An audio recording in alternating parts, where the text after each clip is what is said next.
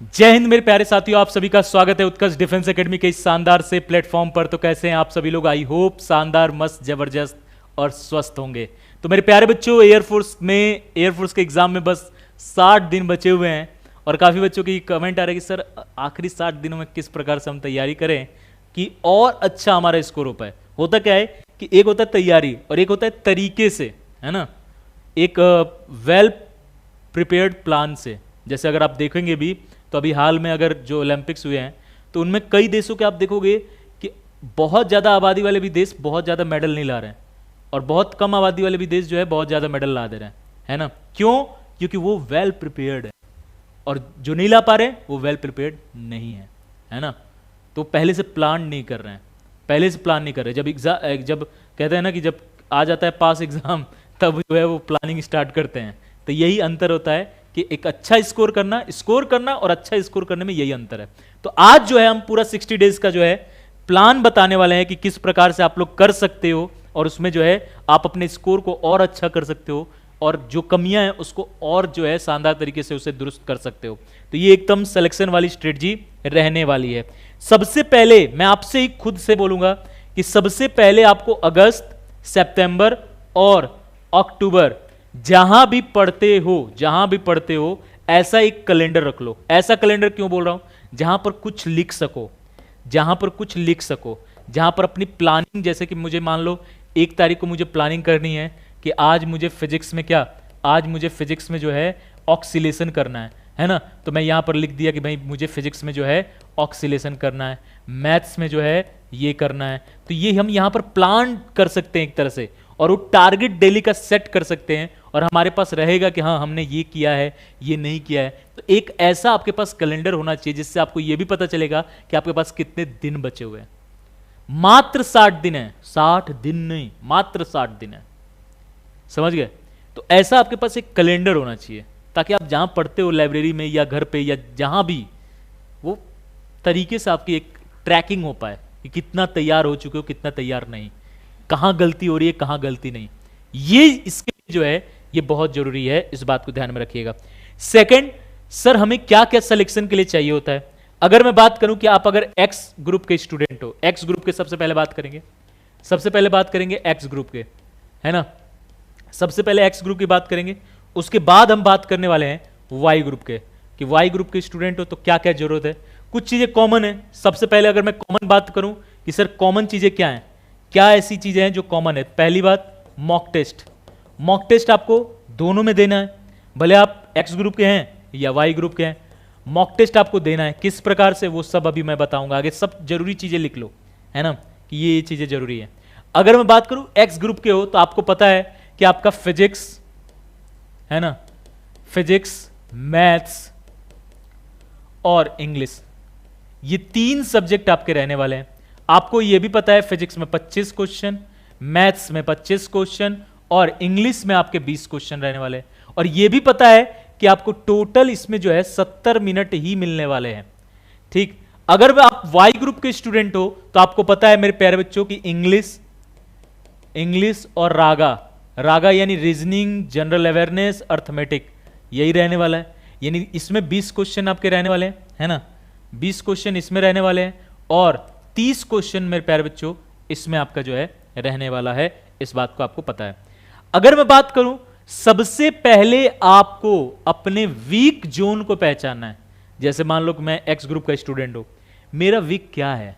मैं मैथ्स भी पढ़ रहा हूं, मैं इंग्लिश भी पढ़ रहा हूं, मैं जो है क्या कहते हैं, फिजिक्स भी पढ़ रहा हूं, मेरा वीक क्या है? तो सबसे पहले काफी लोग क्या करते हैं ना कि हर जगह देखो कि वीक पे बहुत फोकस करो, करना है, कोई दिक्कत नहीं, लेकिन स्ट्रांग को ऐसा मत छोड़ दो ना कि वो वीक में कन्वर्ट हो जाए। जैसे काफी बच्चों का अगर मैं बात करूं, मतलब अगर मेजॉरिटी अगर देखें, मेजॉरिटी में देखें तो इंग्लिश क्या है, इंग्लिश लगभग बच्चों की सही हो रही है। क्यों? क्योंकि इसमें आराम से वो 10-15 तक स्कोर कर पा रहे हैं। इसको आपको ऐसा ही रखना है कि कम से कम अगर स्कोरिंग जो सब्जेक्ट है ना उसको अच्छे से स्कोर करो। क्यों? क्योंकि हमारा टारगेट जो है वो एटलीस्ट 35 नंबर है, एटलीस्ट, यानी हम 35 to 40 नंबर का टारगेट लेके चलेंगे। ठीक है, क्योंकि हमें रिटन पास नहीं करना, हमें फाइनल सेलेक्ट हो रहा है। तो इस बात को याद रखना। और उसमें अगर इंग्लिश आपका 15 नंबर का सहयोग कर देगा तो मात्र आपको 10-10 नंबर इनमें लाने होंगे, या इसमें अगर आपका ये इंग्लिश 18 नंबर सहयोग कर देगा तो ये इनमें कम लाने होंगे। तो सबसे पहले अपने स्ट्रॉन्ग और अपने वीक सब्जेक्ट को पहचानना है। और वीक सब्जेक्ट में क्या वीक है? अगर मैं बात करूं फिजिक्स में, तो फिजिक्स में क्या न्यूमेरिकल आपका वीक है, या आपके जो है थ्योरेटिकल वीक है।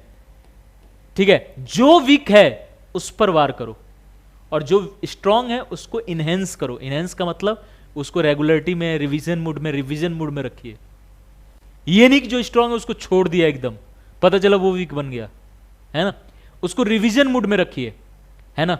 ये बात दिमाग में रखना है। मॉक टेस्ट एटलीस्ट एग्जाम से पहले तक, अभी चैप्टर वाइज मॉक पर ज्यादा ध्यान देना है। कब तक चैप्टर वाइज मॉक पे ध्यान देना है सर? चैप्टर वाइज मॉक पे कम से कम 15 सितंबर तक आपको चैप्टर वाइज मॉक पे ध्यान देना है। चैप्टर वाइज मॉक यानी एक चैप्टर के एक साथ क्वेश्चन मिल जाए ढेर सारा। इसके जस्ट बाद फुल मॉक जो है आपको देना स्टार्ट कर देना है, और एक महीने के अंदर डेली कम से कम डेली एक मॉक तो कम से कम देना है। याद रखना, डेली एक मॉक कैसे भी दो, भले कहीं से टेस्ट सीरीज लो, उत्कर्ष का टेस्ट सीरीज पड़ा हुआ है, कुछ भी करो, लेकिन एक मॉक जो है डेली आपको करना है, भले आप एक्स ग्रुप के स्टूडेंट हो या वाई ग्रुप के हो। और सेम यही काम इसमें भी करना है आपको कि अगर आपका वीक सब्जेक्ट क्या है उसकी पहचान करनी है, और स्ट्रॉन्ग सब्जेक्ट क्या है उसकी भी पहचान करनी है, ताकि स्ट्रॉन्ग को स्ट्रॉन्ग ही रखना है, क्योंकि स्कोरिंग वो रहेगा आपका। और वीक वाले को थोड़ा सा सही करना है, क्यों? क्योंकि वो आपको मेरिट तक ले जाएगा और स्ट्रॉन्ग वाला मेरिट से आगे ले जाएगा। इस बात को दिमाग में, सेम वही आपको अभी करना है कि चैप्टर वाइज मॉक ये अभी आपको देना है, और जैसे ही 15 सितंबर तक हो जाए तो उसके बाद केवल और केवल जो है फुल लेंथ मॉक जो है देना स्टार्ट कर देना है, और तगड़े तरीके से जो है उसके बाद आपको सॉल्व कहते हैं तगड़े तरीके से डेली एक मॉक जो है देना स्टार्ट कर देना है। समझ आया? डेली एक मॉक जो है कम से कम देना स्टार्ट कर देना है। इस बात को जो है आप लोग ध्यान में रखिएगा, इस बात को जो है दिमाग में रखिएगा। क्लियर? ये दोनों बातें जो हैं आपको ध्यान में रखने हैं, दिमाग में रखने हैं। और उसके बाद आपको डेली अपने ट्रैक करना है। आपको पूरा एक फिक्स एक जगह एक कोई जो है ना वन सोर्स ऑफ स्टडी रखो, एक सोर्स कहीं से भी। ये मैं नहीं कहूंगा कि आपका जहां आपको लगे कि यहां से मेरा बेस्ट हो सकता है, ठीक है, हम लोग उसी तरीके से चलते हैं। हम एग्जाम को ही सोच के हम 18 अक्टूबर के ही टारगेट लेके चलते हैं। हम अक्टूबर में जो आपकी एग्जाम की डेट है उसी पर हम टारगेट लेके चलते हैं, और उसी अनुसार से हम पढ़ाते हुए चलते हैं। तो अगर एक जगह आप पढ़ेंगे तो उस तरीके से आप तैयार होते हुए पूरा सिलेबस को कवर करेंगे, ठीक है। वन सोर्स स्टडी का, वन सोर्स प्रैक्टिस का, ये आपको रखना है, इस बात को याद रखिएगा। यानी अगर बुक वगैरह भी कर रहे हो तो एक आगे बुक को पूरा कंप्लीट करिए, तभी दूसरे पढ़िए, ठीक है। इस बात को आपको बहुत ज्यादा अच्छे से ध्यान देना है।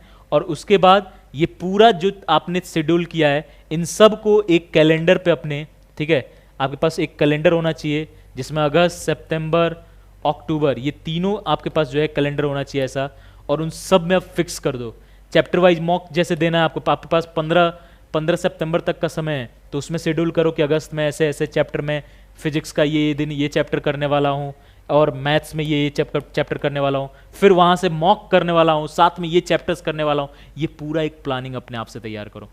पढ़ने का टाइमिंग कुछ भी रखो, दोपहर रखो, रात रखो, जिसमें आप कंफर्टेबल हो वो रखो, लेकिन मेहनत पूरी करो। शिद्दत से अगर 60 दिन की ये मेहनत अगर आप कर देंगे ना, मैं वो बिल्कुल एकदम 100% बता रहा हूं, ये मोर देन सफिशिएंट होगा आपके सिलेक्शन के लिए। अगर ये 60 दिन आपने पूरा जान लगा दिया तो, और मुझे पूरा विश्वास है कि इस बार जो है आप लोग पूरा अपना 100% देंगे। हम भी यहां पर पूरा आपको 100% देने वाले हैं। आपके मॉक से लेकर हर चीज जो है हम भी कराएंगे आपके साथ साथ, और एकदम आपके साथ साथ आपके नंबर को आगे ले जाया जाएगा, ताकि आपकी सिलेक्शन जो है इस बार सुदृढ़ हो, ठीक है। तो इस सब बातों का ध्यान में रखते हुए जुड़िए, मेहनत करिए, और मेहनत में कोई कमी इस बार नहीं रहने देना। और इस बार कौन सिलेक्शन लेने वाला है कमेंट करके जरूर बताइएगा कि सर इस बार हमारा पक्का है, क्योंकि मैं अपना 100% देने वाला हूं। तो इस बार जो 100% देने वाले हैं वो सभी लोग जो है कमेंट बॉक्स में जय हिंद लिखना कि यस सर हम जो है अपना 100% देंगे और इस बार सिलेक्शन लेकर दिखाएंगे। तो आज के इस सेशन को यहीं तक रखते हैं, मिलते हैं आपसे नेक्स्ट सेशन में, तब तक के लिए जय हिंद।